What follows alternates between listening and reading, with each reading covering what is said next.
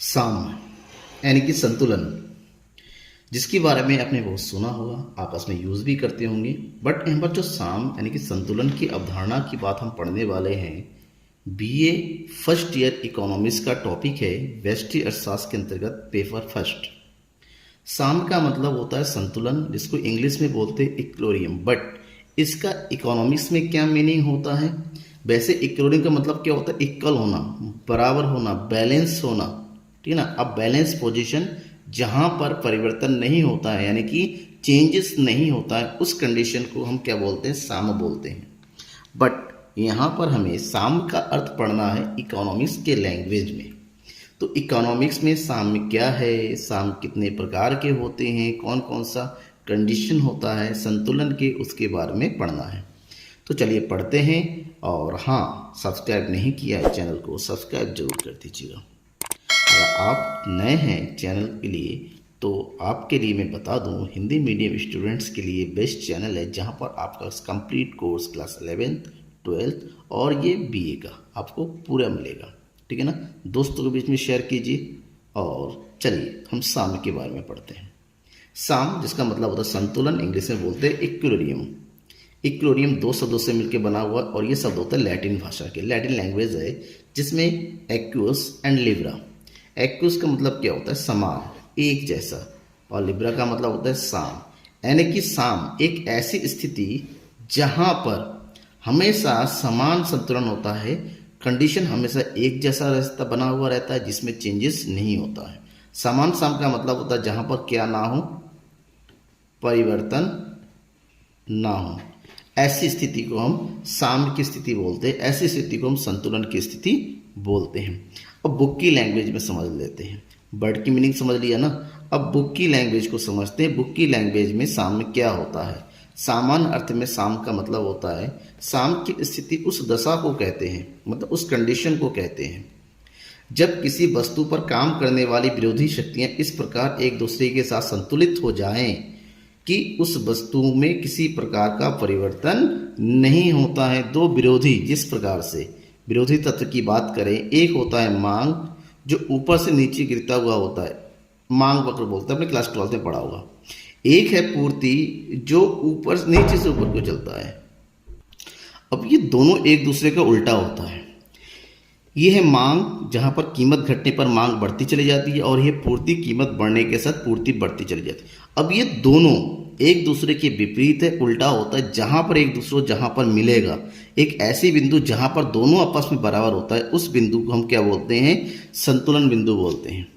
मतलब एक ऐसी स्थिति होती है जहां पर जो विरोधी शक्तियां, जो एक दूसरे के उल्टा होता है, विपरीत होता है, लेकिन उसके बावजूद एक ऐसा पॉइंट जरूर होता है जहां पर ये दोनों क्या होते हैं? संतुलित हो जाते हैं, बराबर होते हैं, और उसमें परिवर्तन नहीं होता है। ऐसी स्थिति को हम संतुलन की स्थिति बोलते हैं। और इकोनॉमिक्स में इस संतुलन स्थिति का पता लगाना ही समस्या का समाधान होता है, जिससे वस्तु की कीमत का निर्धारण होता है, ठीक है ना। देश में सामान्य रोजगार स्तर, उत्पादन स्तर या फिर आय स्तर का निर्धारण होता है, विदेशी विनिमय दर का निर्धारण होता है। ये सारे संतुलन स्तर को जानने के बाद ही होता है। इसलिए संतुलन के बारे में जानना जरूरी होता है कि इकोनॉमिक्स हमेशा संतुलन की बात करता है, किस तरह से अर्थव्यवस्था को संतुलित रखा जाए, किस प्रकार से मुद्रापूर्ति को संतुलित रखा जाए, ठीक है ना।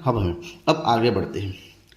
आर्थिक साम, अपने हमने सामान्य अर्थ समझ लिया, अब आर्थिक रूप से समझते हैं, इकोनॉमिक्स की लैंग्वेज में समझते हैं। आर्थिक साम की आवश्यक शर्त यह है कि आर्थिक साम में गति होनी चाहिए, लेकिन इस गति की दर में किसी प्रकार का परिवर्तन नहीं होना चाहिए, ठीक है। गति होना चाहिए, नहीं कि दोनों रुक जाए, स्टॉप हो जाए, दोनों स्टॉप नहीं होना है। हमें क्या करना है? गति होना चाहिए, लेकिन इस गति में भी संतुलन बनाया होना चाहिए। जैसे उत्पादक के संतुलन की बात करते हैं, एक ऐसी बिंदु होती है जहां पर ये होता है एमआर और ये होता है एमसी, नीचे की ओर बढ़ता हुआ होता है। तो संतुलन कौन सा होगा? ये परिवर्तन होता हुआ, क्योंकि ये इस बिंदु पर संतुलन नहीं होगा, क्योंकि इसके आगे जब हम उत्पादन बढ़ाएंगे तो लागत घटेगी। एक ऐसी बिंदु जहां पर सीमांत आगम और सीमांत लागत आपस में बराबर हो जाए, परिवर्तन करते हुए, उस दशा को हम क्या कहते हैं? संतुलन। ये संतुलन का बिंदु है, क्योंकि इसके आगे उत्पन्न बढ़ाएंगे तो लागत ज़्यादा और रेवेन्यू यानी कि आय कम हो जाएगी, ठीक है ना। अब इसको गति करना ही छोड़ दे तो यहाँ पर बन जाएगा, गति नहीं होगा तो लाभ कैसे होगा? ये लाभ का स्तर है। अब लाभ का इस आगे कहेंगे लाभ होगा नहीं, तो इसलिए ऐसी स्थिति जहाँ पर गति होता है लेकिन परिवर्तन नहीं होता है उसे हम साम्य की स्थिति कहेंगे सामान्य अर्थों में। Professor JK. मेहता का शब्द, जे.के. मेहता एक इंडियन अर्थशास्त्री, बहुत ही नामचीन किए हैं। उन्होंने कई सारे सिद्धांत दिए हैं, बहुत सारी परिभाषाएं दी हैं उनके अर्थों में। अर्थशास्त्र में सामान्य गति परिवर्तन की अनुपस्थिति को बतलाता है, मतलब गति परिवर्तन की अनुपस्थिति को बतलाता है साम, जहाँ पर किसी प्रकार का परिवर्तन नहीं होता है। गति तो होती है लेकिन गति में परिवर्तन नहीं होता है। चाल है, ठीक है ना, चेंजेस हो रहे हैं लेकिन जो स्पीड है वो सेम है, स्पीड में चेंजेस नहीं होता। ऐसे मान लीजिए मांग और पूर्ति दोनों है, केवल मांग में ज़्यादा परिवर्तन हुआ और पूर्ति में कम परिवर्तन हुआ तो गड़बड़ हो जाएगी। ऐसे में हमारा सामान्य स्तर, लेकिन मांग और पूर्ति में दोनों में समान परिवर्तन हुआ तो संतुलन स्तर में परिवर्तन नहीं होता है। तो ये संतुलन के अर्थ। अब हम पढ़ना है संतुलन कितने प्रकार की होती है, क्योंकि संतुलन की कई सारी कैटेगरी होती हैं, कई सारे क्लासिफिकेशंस होते हैं। हमें हर तरीके से संतुलन को समझना पड़ेगा, क्योंकि अलग अलग समस्याओं में, अलग अलग स्थितियों में अलग अलग तरीके के संतुलन को पूछा जा सकता है। तो हर एक संतुलन के बारे में जानना जरूरी है। सबसे पहले संतुलन की प्रकार की बात करें तो जो पहली कैटेगरी है वो है स्थायी, अस्थायी, तटस्थ साम। स्थायी मतलब स्टेबल इक्विलिब्रियम, परमानेंट, ठीक है ना, परमानेंट जहाँ पर परिवर्तन नहीं होता है। स्थायी साम क्या होता है?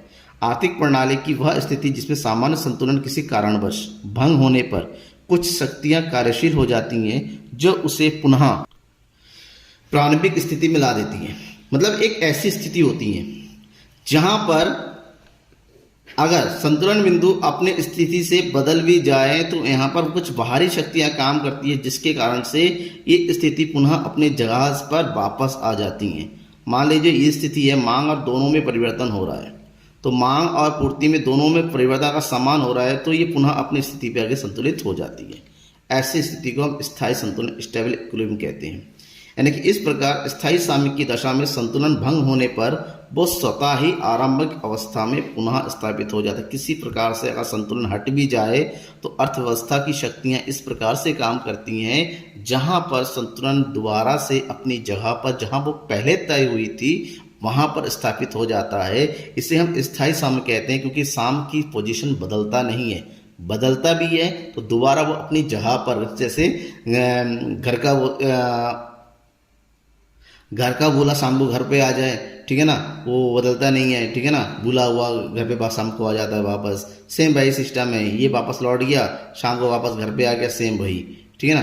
तो भूले उसको कहते हैं, भूले को भूला नहीं बोलते। जैसे भी हो, आप मुझे ध्यान नहीं है कहावत, लेकिन ध्यान में ये रखना है कि यहाँ पर अगर चेंजेस हो भी जाए तो दोबारा जो है अपनी जगह पर संतुलन स्थापित हो जाता है। उसे हम क्या बोलते हैं? स्थायी साम बोलते हैं। दूसरा अस्थायी साम। अस्थायी नाम से ही पता चल रहा होगा, अस्थायी साम, अनस्टेबल, जहां पर क्या होता है, ये एक जैसा बना हुआ नहीं रहता, परिवर्तन हो जाता है। एक ऐसी स्थिति जिसमें किसी कारण से संतुलन के भंग होने पर बाद ऐसी अस्थिर शक्तियों को जन्म देता है जिससे आर्थिक प्रणाली में आरंभिक स्थिति से संतुलन दूर होता चला जाता है।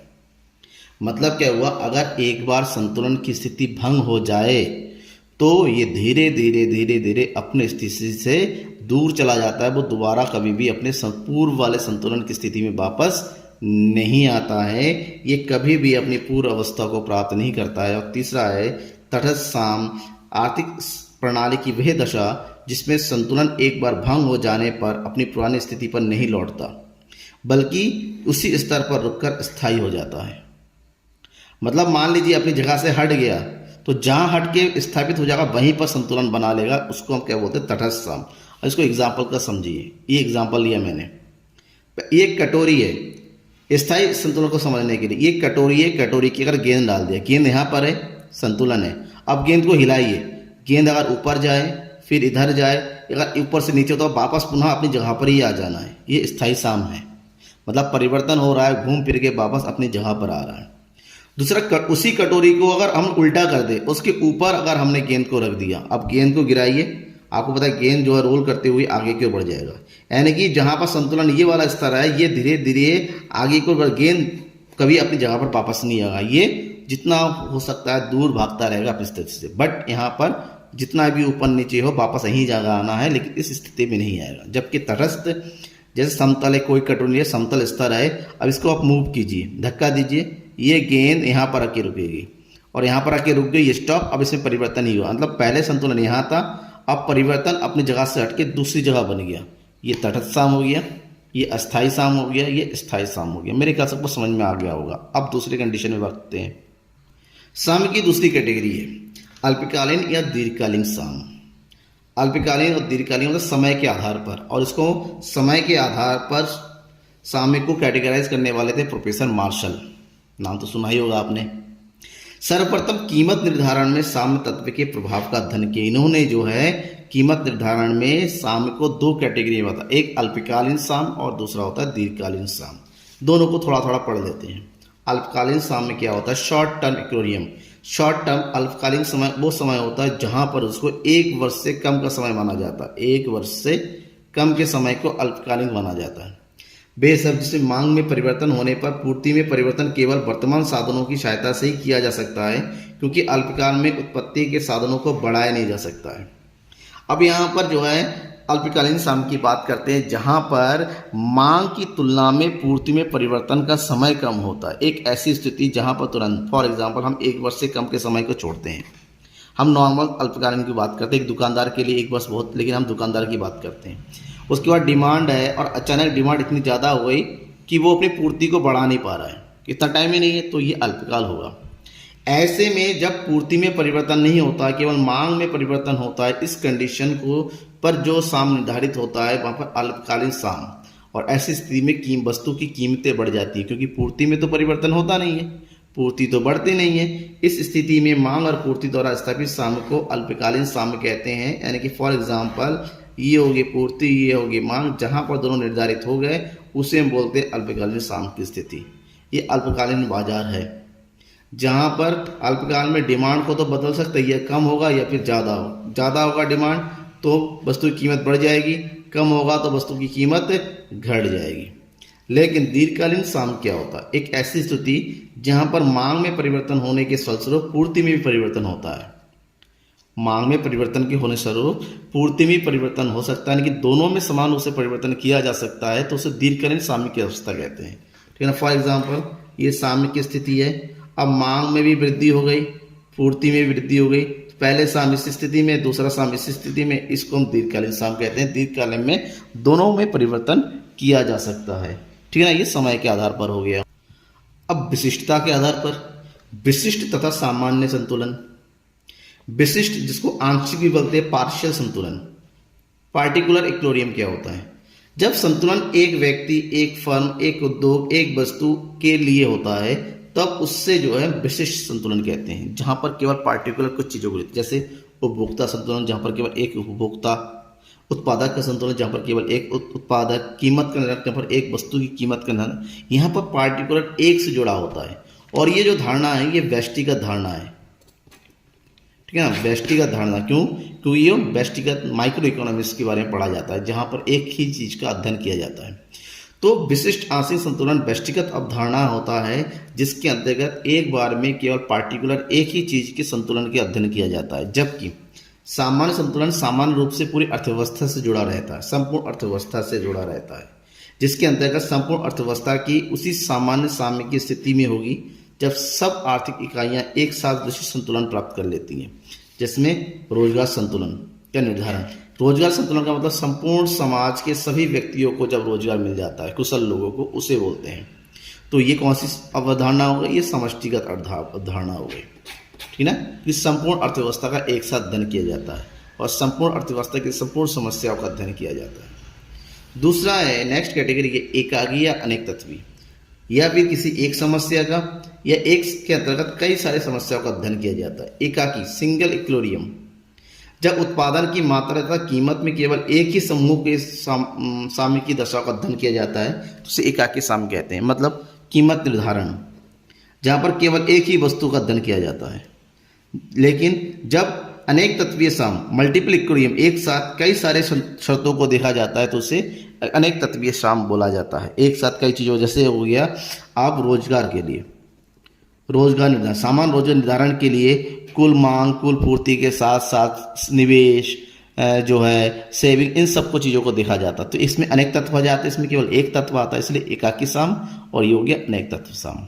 ये आपके कोर्स का कुछ इंपॉर्टेंट साम्य के प्रकार होते हैं जो आपके एग्जाम में पूछे जा सकते हैं। ठीक है ना। वीडियो पसंद आए तो शेयर जरूर कीजिए अपने दोस्तों के बीच में। Thank you everyone.